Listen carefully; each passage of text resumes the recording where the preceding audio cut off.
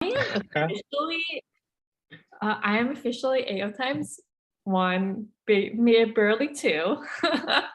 I don't know my date still, but thanks for joining us on a Wednesday, VMR, with the one and only Jack. We are very lucky that Gerline has a case for us and lucky enough for Promise to do our scribing, and Andrea is doing our teaching points. So we have an all-star crew. Thanks so much for joining. Whenever we're ready, I think we're ready to rock and roll, team.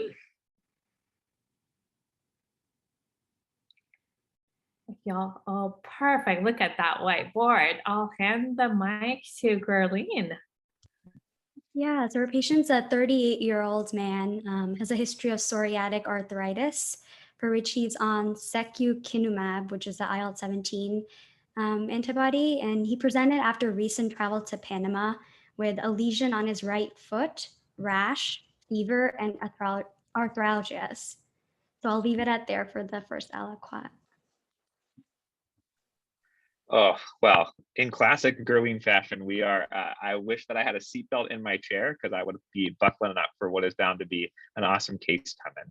You know, I think to be fully transparent with sort of where I'm at right now, I think it's difficult to make a lot of progress in terms of what the actual underlying diagnosis is. But there's some features about this case that stand out that make me sort of feel, what's the right word? A little bit apprehensive about what could potentially be going on here. So I think, you know, our sort of dominant clinical syndrome is one that sounds like it's a foot or a skin lesion plus systemic symptoms in an immunocompromised host, right? So we have a sort of, one is a cutaneous finding, but that doesn't seem like our journey ends with the cutaneous findings alone in somebody who's at risk for a variety of different infections, right? The underlying autoimmune disease on an IL-17 inhibitor puts this gentleman in an immunocompromised state.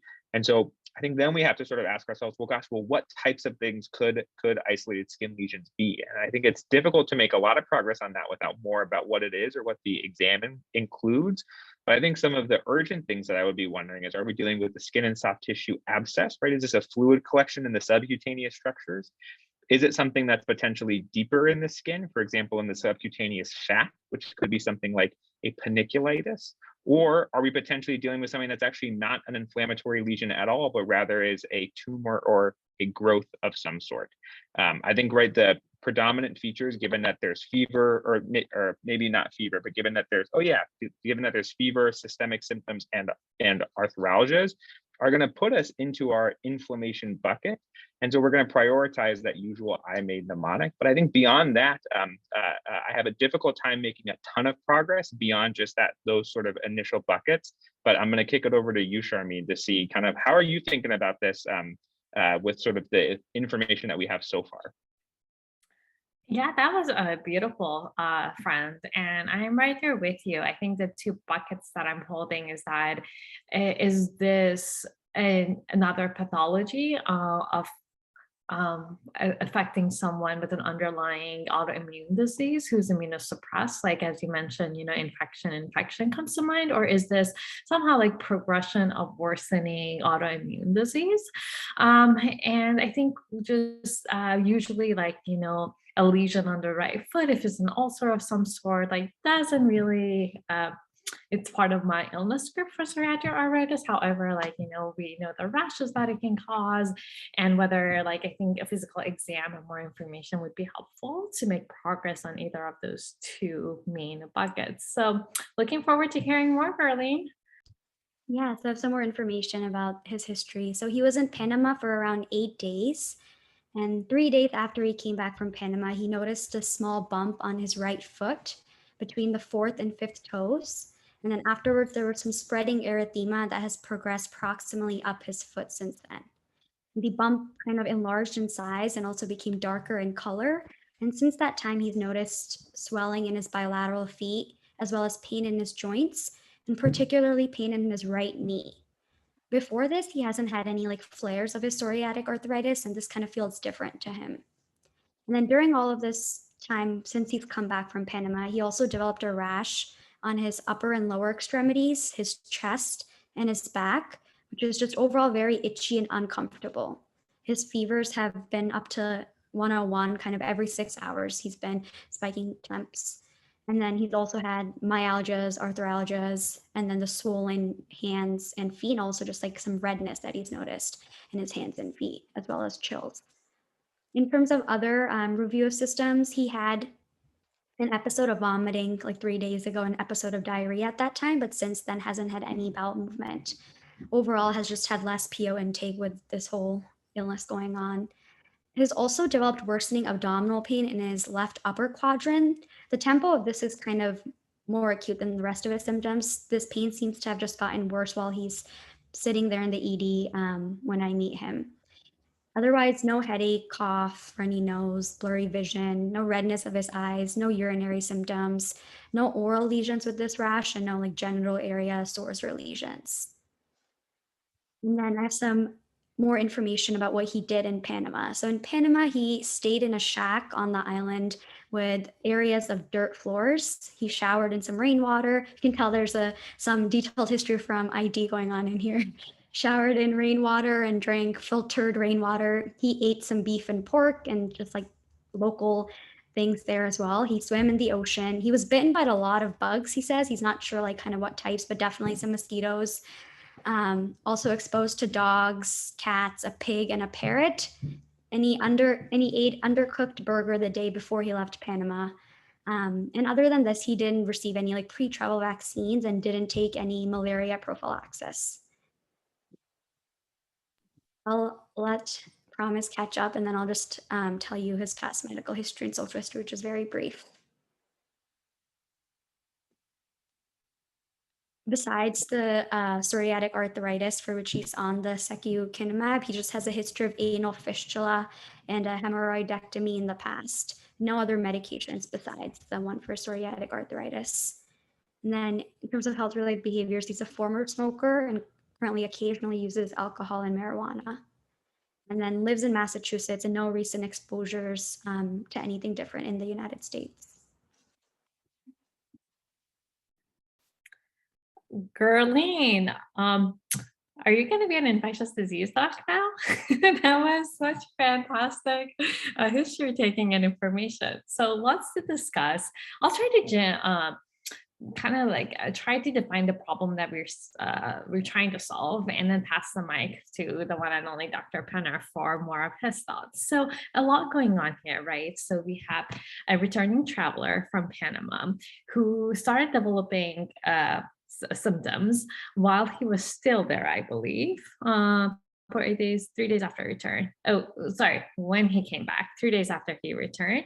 The story started with a bump in his food that then had progressive erythema, and then it got complicated with upper extremity rash, arthralgias, right knee pain, and abdominal pain that seems a bit more acute. So in terms of starting with the first symptoms that he knows is that bump, the question is like, hey, did he have any trauma? Is there any mosquito bites or anything there that was a portal of entry for either like a bacteria or a parasite or something that then led to other symptoms? Or is it a manifestation of the underlying pathology that is part of the rash that he's experienced? I think so whatever this syndrome is inflammatory, involves rash and the right knee pain. So in terms of like the knee pain itself, one thing that you always want to figure out what is the most acute thing that I should pay attention to. And while like there's so many things to chase, if he's having acute right knee pain, let me know if I got that right or left wrong. Acute knee pain in general, you want to think about whether this is septic or something that you need to tap to get further information, especially if your range of motion limited and someone who's immunocompromised. If he's mostly complaining of that right knee, that's where my attention is going to go first while trying to figure out the other information. The other thing to also I think just given the syndrome, we're really focused on our infectious etiologies. And The other thing to not to forget about in terms of like, rashes is drug reactions. And Gurley really astutely said like, there's no mucinous involvement. It doesn't seem he's taken any medications. But that's another thing with the rash that I always like try to have in the back of my mind is that like, oh, and not to miss is like drug reaction. But I think for now we're like firmly in the world of infectious diseases. Jack, what are your thoughts? I think that was absolutely phenomenal, Charmaine. You mentioned that you were A&O times 1 to 2 at the beginning, but you're A&O times 10 to this case, which is, I think that was an absolutely brilliant synthesis of the clinical problem that we have. I'll be honest with the group here, like of the possible cases that we can potentially see, this is honestly one of the weaker areas for me. I feel really uncomfortable and uncertain making a ton of progress on cases that are primarily exposure driven. I don't have a good framework for the various exposures based off of the potential geographic regions. And so while I wish that I could say like, for a patient who's returning from Panama with a skin lesion like this, these are some of the potential organisms that I would be thinking about, but I honestly don't have a great structured approach here. So I'm in the same boat as you, Charmaine, where I'm thinking about is what is the sort of signature of the syndrome here? And it seems like it's something that started as a localized cutaneous syndrome and has now spread systemically. Other features that I think that are particularly interesting to me is the fact that there's left upper quadrant abdominal pain. Is this something that is now spread into the reticuloendothelial system, right? Where we're getting maybe splenic involvement, potentially we're going to see liver involvement as well, which sort of puts us into a different infectious differential. There's things like leishmaniasis that can disseminate into the reticuloendothelial system. And then exactly as you alluded to, Charmaine, there's a number of different sort of exposure related infections from the water that could do this. The things that come to my mind are primarily driven by word association rather than by actual structured framework. So things like mycobacterial infections, like Mycobacterium marinum come to mind as like an ulcer that could then spread systemically. Leishmaniasis oftentimes comes up, but again, we usually see that in the chronic form as opposed to the acute form, which I know very, very, very, very little about. And then exactly as you said, there's all kinds of other, maybe not bizarre, but less common infections. And so I'm sort of just going through the list of organisms in my like atypical bacterial infection framework, fungal infection framework, like things like nocardia, paracoxy. But again, I can't really match illness scripts for those onto this clinical presentation. And so I think in this case, I would really be relying in reality on Google searches and things like that to see if we can draw some associations. But at this point, I think I'm in the exact same boat as you, Charmaine. My hope is that we can get some sort of organism from some sort of tissue site where this seems to have disseminated, and then ideally defining the systemic syndrome better will maybe help narrow the DDX, but I would definitely need some help in actually doing that narrowing. That was great. I loved listening to both of you discuss that. I can give you guys the vitals and the physical exam in this aliquot. So it was afebrile when we saw him in the ED. Heart rate was 80, blood pressure 127 over 80. Respiratory rate was 20 and setting 98% on room air. In terms of his general appearance, he was alert, but like just appearing very sweaty and really uncomfortable because of itching all over. HE&T sclera was anicturic. He didn't have any submandibular, supraclavicular, cervical lymphadenopathy that was palpable. Otherwise, on cardiovascular exam, regular rate and rhythm, no murmurs. JVP was not elevated. He was cleared auscultation bilaterally. In terms of his abdomen, it was soft, non-distended, but tender to palpation in the left upper quadrant. No rebound or rigidity or guarding. In terms of his musculoskeletal exam, he had swelling and erythema and warmth over his right knee, but otherwise intact range of motion. And then all of his joints kind of in his toes and fingers were somewhat tender, kind of hard to see if they didn't really look swollen, just kind of tender non-specifically, but otherwise like intact right range of motion. And then in terms of his neuro exam, he was alert and oriented, moving all extremities, no abnormalities. And then in terms of his skin rash, so it was red macules kind of coalescing in certain areas that were distributed diffusely in his legs, arms, torso, and his back as well. And then his palms and soles were also erythematous and looked somewhat swollen. And then the area on his foot, it was the area of discrete dark blue discoloration around 10 millimeters in diameter over the fourth to fifth digit of his right foot. And I can share my screen with like a picture of what the foot lesion looked like.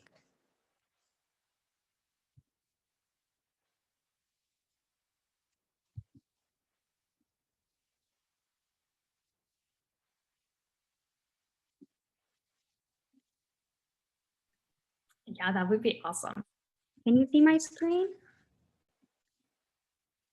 You can see the picture.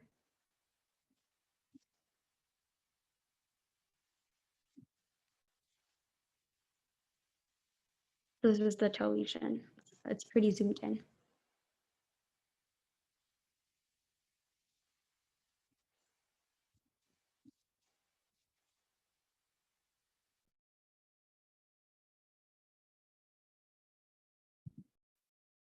All right.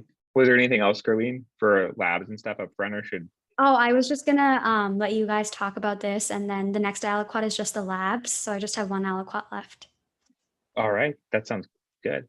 Well, I will say, I think I wish that I could say that like seeing that lesion gives me a very, very clear understanding of what's going on. But I think for me, it doesn't necessarily change the initial differential that we gave here. I think some interesting features here is that it seems like there is some like true dark discoloration with the findings of something that maybe could be an eschar versus some sort of subcutaneous hemorrhage under that area. And it's hard for me to tell whether there's actually a puncture wound there and like a potential bite. And but certainly that area is a portal of entry. I think if it is bites, it goes back to what we were talking about before with cutaneous leishmaniasis, which usually is related to bites from sandflies and things like that. But again, I've seen so many, while I've read these names many times before, seeing the lesions in the flesh, pun intended, is not something that I think I really have a deep illness script for. And so I think for me, I'm sort of relying on that initial DBX that we had shared before. But I'm curious for you, Charmaine, does seeing that lesion shift things for you, or are there things come into mind after that picture of the sort of ulcerative lesion?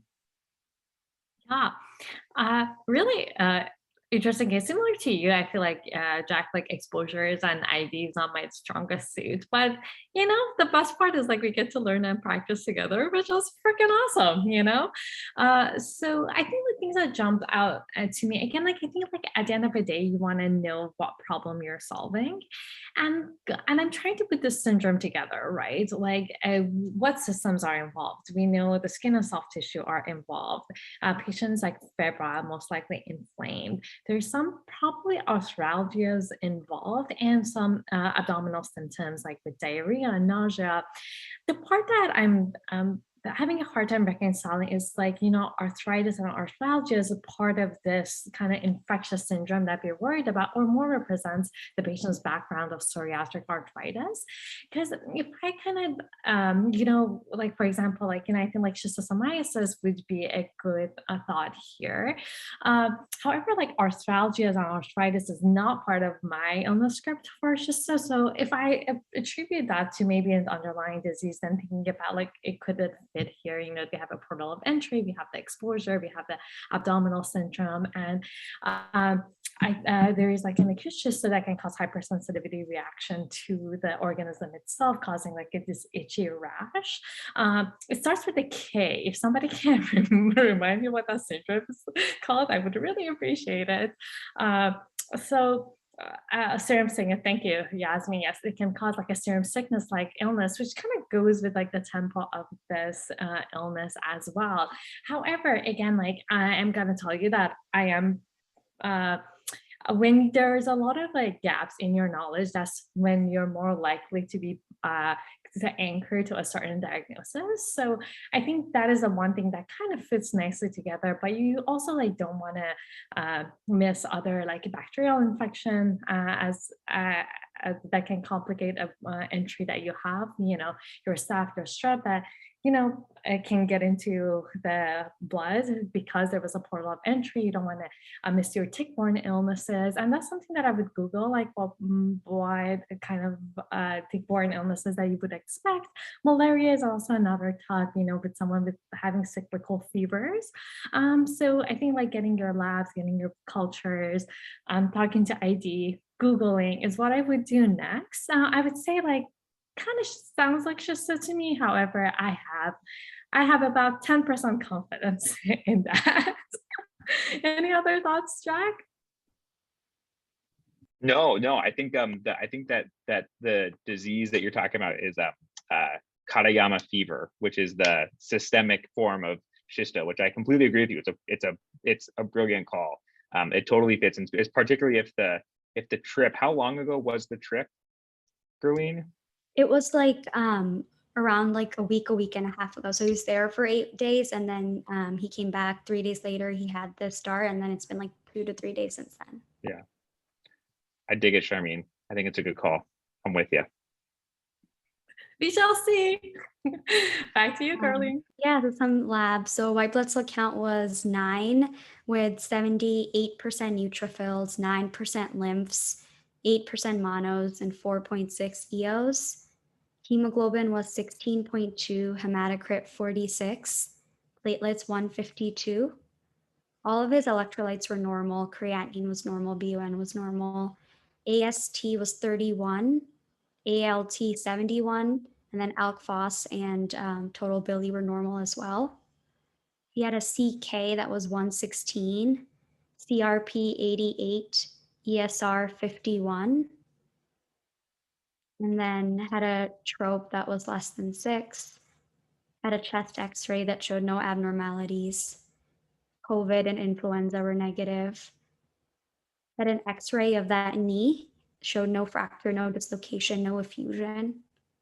Then got a CT abdomen pelvis just because he was so uncomfortable with this left upper quadrant pain that he was having.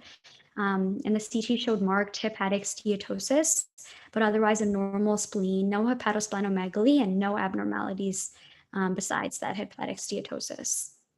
Then also got an x-ray of the foot where he had that lesion, and it showed mild to moderate soft tissue swelling of the 5th toe. And that's all the information I have.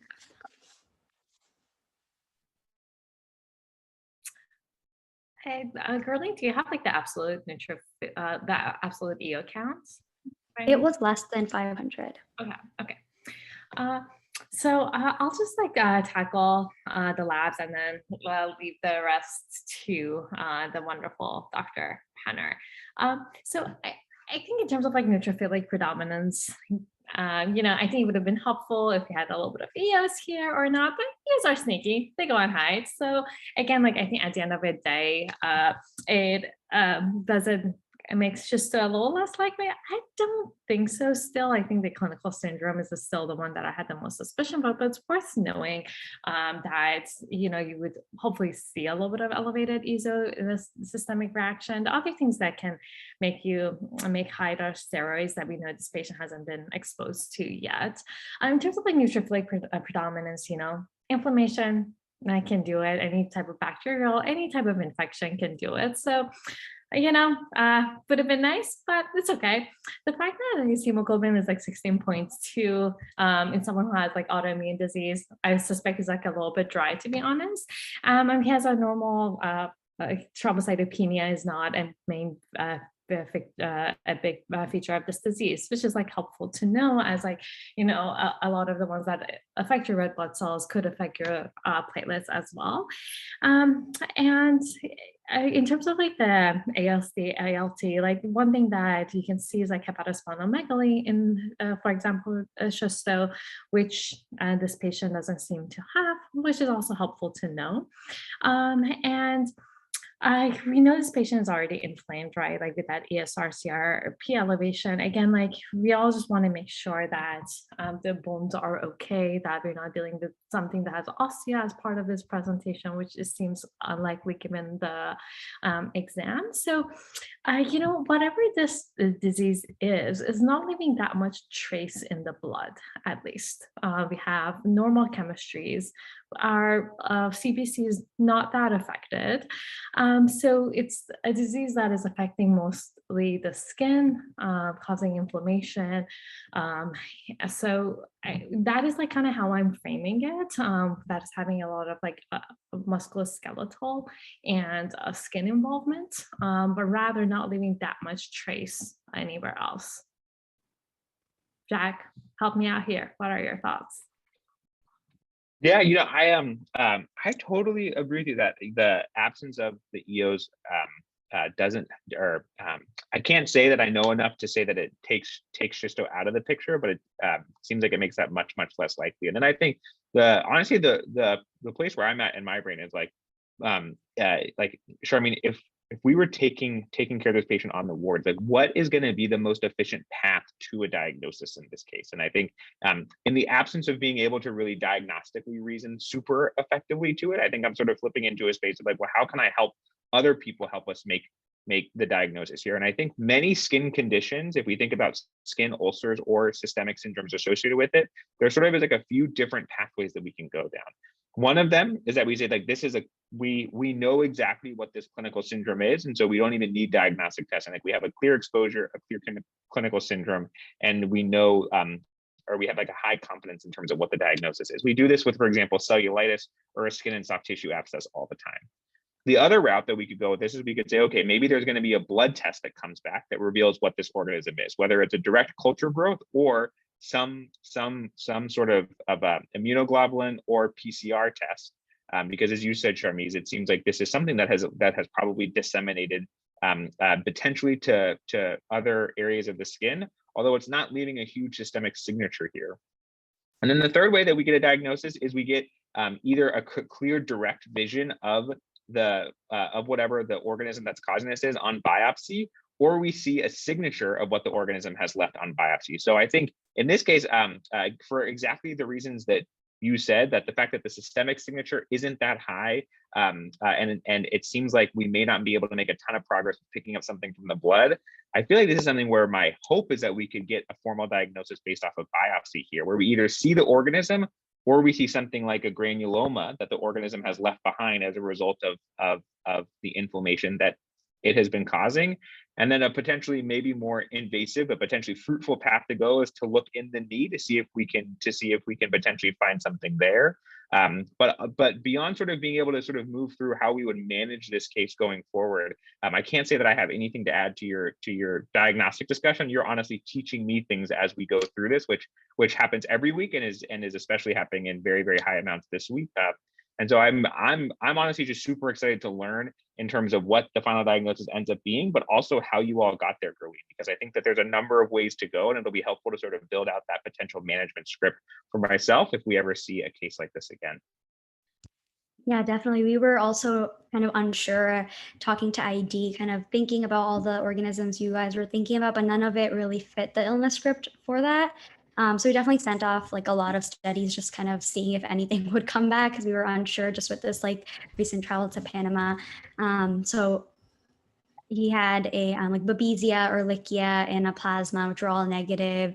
Chikungunya, dengue, Zika were negative. Obviously, these didn't come back like immediately, so like these were sent. So in terms of the time course, we came to the actual diagnosis before some of these had come back, but all of these were sent. Had a blood parasite smear, which was negative. Blood cultures had no growth. And then so we went back to the patient to get some like more history, kind of like figuring out if there's anything else that we're missing about, is his systemic symptom related to the foot, or is there two separate processes, but kind of thinking that all of it together makes more sense. And then he told us that he noticed that a lot of people where he was at Panama, a lot of people had bot fly bites. So kind of that piece of information that we got later on helped us make the diagnosis, because then we talked to ID. And the final diagnosis, so we were concerned after we heard that, concerned about bot fly larvae that can sometimes penetrate the skin and cause myiasis. I'd never heard about this disease before. So then we were like, how do we actually diagnose? That's what we think is going on, because he says that other people and that he was around had these bot fly bites, but no one else had this kind of systemic response. So we got a CT scan of the foot because sometimes you can actually visualize the larva on CT scan or ultrasound. The CT scan was done more because we asked surgery to like if they could just go in size and see like if there's anything to take out. The CT foot showed no extension of that soft tissue abnormality and no other kind of abnormality. And then the ultrasound just showed diffuse edema without focal consolidated fluid. And also the ultrasound did not visualize any larva or anything. So then the question was like, what do you do if there's nothing there on the imaging? There's nothing to kind of drain or take an incision out of. So we were kind of like pondering that with like surgery and IT in our team. And then the patient was like, oh, in the past, when I've gone to Panama, people just like incise and actually take the larva out. And then I was off the next day when this happened, but I think my attending just went back and like did an IND, and they removed like live larva of the bot fly from his foot. So the hypothesis was that his like systemic symptoms that were happening were in the setting of like an allergic reaction to the botfly larva. I haven't found any like case reports of the myiasis causing such cutaneous like symptoms, but I think like an allergic reaction kind of makes sense because there's no other way to fit his systemic symptoms, and there was nothing else. Everything else came back negative, and he did better after these larvae came out. And then just some teaching points about myiasis. So it's an infection of a fly larva or the bot fly, and common in areas in South America, Africa, the Caribbean islands, and Central America. And people usually that travel with untreated or open wounds are more at risk, because what happens is that there's two ways of transmission. The flies can deposit their eggs near a wound or a sore, and then the larvae kind of hatch out and burrow into the skin and go deeper. And then sometimes the flies can also attach to their eggs to mosquitoes and then spread through mosquito bites, where the larva can enter and where the mosquito bites. And then usually like the classic presentation is a lump develops in the tissue where the larvae are. And usually larvae stay in the skin and they don't travel through the body. There's not like much other spread. And treatment is just like surgically removing the larva from there. So that was the case. I had never heard about this, so it's very interesting. First time for me too, girly, and that was so fascinating. Can I ask you a question? Because I have to go read about this entity now. So is the arthralgia and arthritis also part of the presentation here? No. So No? Okay. not that it doesn't really fit like what I read about myiasis. Usually it's just very cutaneous, but there's like a couple case reports that you said you can have like an allergic reaction or like a response to it. The arthritis and arthralgias didn't fit. That's why we sent all like the other markers like dengue, chikungunya, and all of the other infectious disease studies, which all were negative at the end. So I'm not exactly sure how to map that on. Got it. Yeah, it's such a fascinating reasoning case, and I think like partly because I was like anchoring on just because I was like, oh, there's like the allergic reaction is kind of fit, but it doesn't. So that is like really really helpful to know as well. And I agree, it kind of seems like an allergic type reaction to the systemic, especially given that like in the blood, like you don't have any other evidence of this entity. Can I ask you how is it treated? You just remove it, right? We just removed the larvae and then we just gave him like antihistamines, like supportive treatment. Gotcha. Yeah. You blew my mind, girlie, like you always do. Jack, what are your thoughts?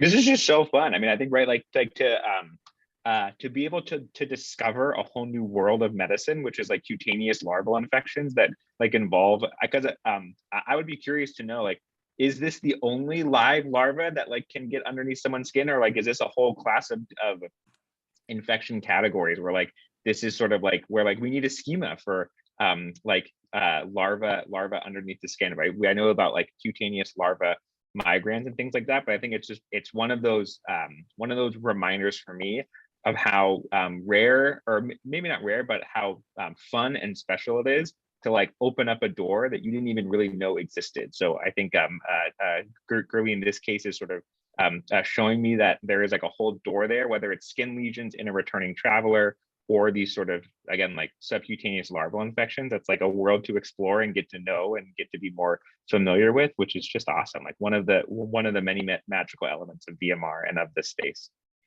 And the other learning point I had was, I think throughout all of this, we were kind of talking to ID and trying to like figure out what could be going on. But what was most helpful is going back to talk to the patient and getting that in history about like in Panama, people just like open up the wounds and take the larva out, and that fixes the whole problem. And I think initially our teams and the other teams were not exactly like gonna do what he was telling us to do because we didn't see anything on like visualization, and some of the teams were like hesitant of just trying to like cut open when we didn't think that there's anything there, but that ended up like being the treatment for him. So I think talking to the patient and seeing what their concerns are and what they think is going on is really helpful in some cases. Beautiful. Gurleen. I couldn't agree more. When in doubt, go to the source, which is the patient, especially with someone who has so much experience from where they have been. Just incredible case presentation. It's never lost on me just what a wonderful physician you are, Gurleen, and how thoughtful and methodical you are. And thank you for teaching us as well. Jack, always a pleasure. I promise, thank you so much for scribing. And Andrea, we are ready for you. Thank you very much for this case.